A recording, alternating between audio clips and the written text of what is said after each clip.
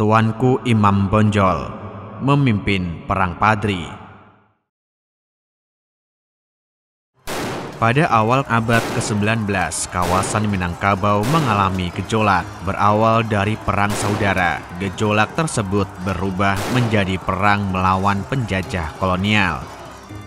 Bermula dari pertentangan kaum Padri dan kaum adat, pertentangan yang kemudian membawa pada perang saudara. Kaum Padri terdiri dari ulama dan pengikutnya, sedangkan kaum adat meliputi kelompok yang masih mempertahankan tradisi lama.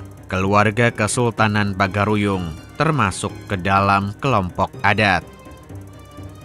Sampai kemudian Belanda terlibat dalam kekisruhan di Minangkabau. Keberpihakan Belanda kepada kaum adat mengubah jalannya perang saudara. Setelah tertekan berkali-kali, kini kaum adat mampu memberikan perlawanan yang seimbang. Kaum Padri tidak menyurutkan pertempuran. Pemimpin mereka, Tuanku Imam Bonjol, terus melancarkan serangan meskipun menghadapi Belanda yang unggul secara persenjataan. Tuanku Imam Bonjol lahir pada tahun 1772 di Bonjol, Minangkabau. Nama kecilnya adalah Muhammad Syahab. Beliau merupakan putra dari Bayanuddin Syahab, seorang ulama dari Sungai Rimbang. Sejak remaja, Muhammad Syahab tekun belajar ilmu-ilmu keagamaan dari ayahnya. Ketekunan yang menghantarkan beliau menjadi seorang ulama di masa dewasanya. Beberapa julukan sempat disandang oleh Muhammad Syahab seperti Peto Syarif, Malin Basa, dan Tuanku Imam. Hingga kemudian, salah satu tokoh penting kaum Padri, Tuanku Nan Receh, menunjuk Muhammad Syahab sebagai imam kaum Padri di Bonjol. Semenjak itulah Muhammad Syahab lebih dikenal sebagai Tuanku Imam Bonjol. Pada masa awal pengangkatan Tuanku Imam Bonjol, belum terjadi konflik memanas antara kaum Padri dan kaum adat. Meskipun saat itu Minangkabau sudah terbagi menjadi kaum Padri dan kaum adat. Konflik terbuka mulai terjadi pada tahun 1815. Kaum Padri melakukan penyerbuan terhadap istana Bagaruyung. Kekuatan kaum Padri yang begitu besar membuat pihak kesultanan meminta bantuan Belanda. Sebagai imbalannya, Belanda meminta konsensi beberapa wilayah kekuasaan. Pertempuran di Minangkabau segera berkembang semakin sengit. Kaum adat yang dibantu Belanda berhasil mengimbangi kaum Padri. Hingga kemudian pergolakan menjelang Perang Jawa membuat Belanda mengadakan perjanjian dengan Tuanku Imam Bonjol. Saat itu, Belanda terpaksa mengkonsentrasikan kekuatan mereka di Jawa untuk bersiap menghadapi pasukan Diponegoro. Masa perdamaian itu dimanfaatkan oleh Tuanku Imam Bonjol untuk mendekati kaum adat. Pihak-pihak yang bertikai di Minangkabau akhirnya menyadari bahwa Belanda telah mengambil keuntungan dari konflik yang terjadi. Perjanjian antara kaum Padri dengan kaum adat pada tahun 1832 itu membuat Belanda menangkap Sultan Alam Bagagharsyah. Atas tuduhan pengkhianatan, Sultan Alam Bagagharsyah diasingkan ke Batavia.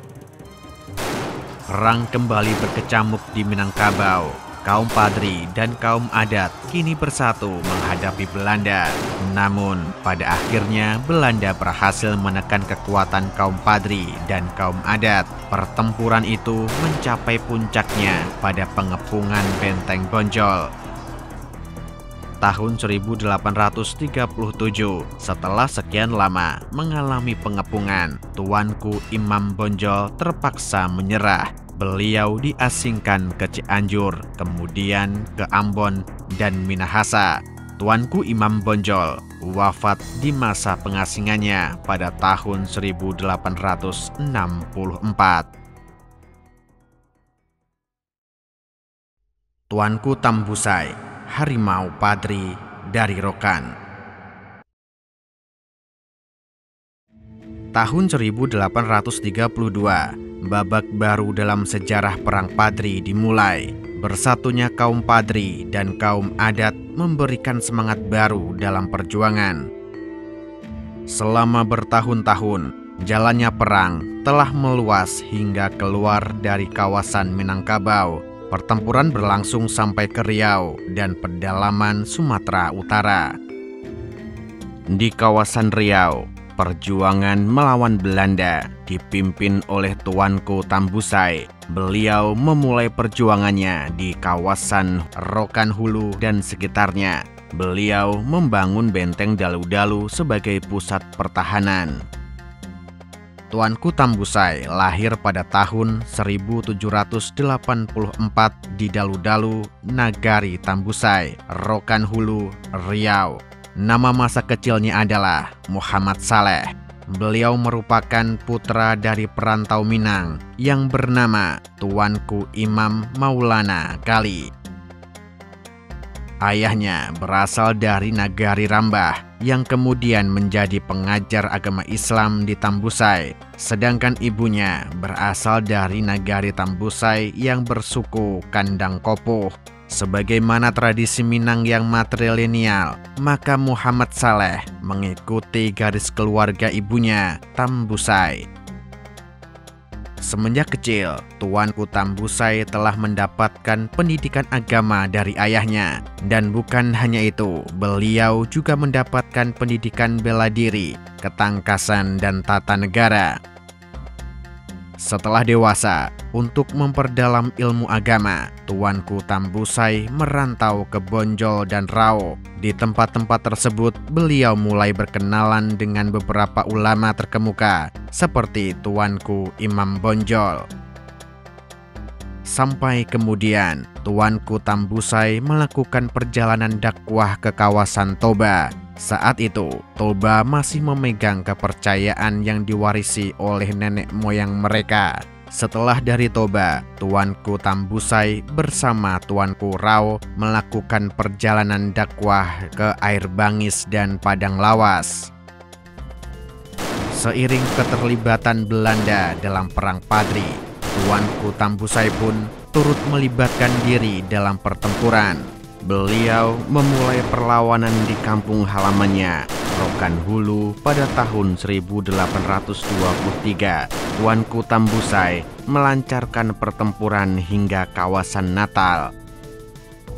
Setahun berikutnya, Tuanku Tambusai berhasil mengorganisir pasukan gabungan dari Dalu-Dalu, Lubuk Sikaping, Padang Lawas, Angkola, Mandailing, dan Natal. Pertempuran berlangsung semakin sengit dan menjatuhkan banyak korban di pihak Belanda. Ketika terjadi gencatan senjata akibat Perang Jawa, Tuanku Imam Bonjol meminta Tuanku Tambusai pergi ke Mekah. Perjalanan tersebut bukan hanya untuk ibadah haji, tetapi juga mempelajari perkembangan Islam di Arabia. Setelah pertempuran kembali berkecamuk, Tuanku Tambusai memimpin sejumlah serangan yang cukup mematikan. Benteng Fort Amerongen berhasil dihancurkan oleh pasukan Tuanku Tambusai. Benteng Bonjol yang sempat jatuh ke tangan Belanda juga berhasil dikuasai oleh pasukan Tuanku Tambusai. Meskipun penguasaan ini tidak lama, namun cukup membuat Belanda mengalami kerugian yang sangat besar.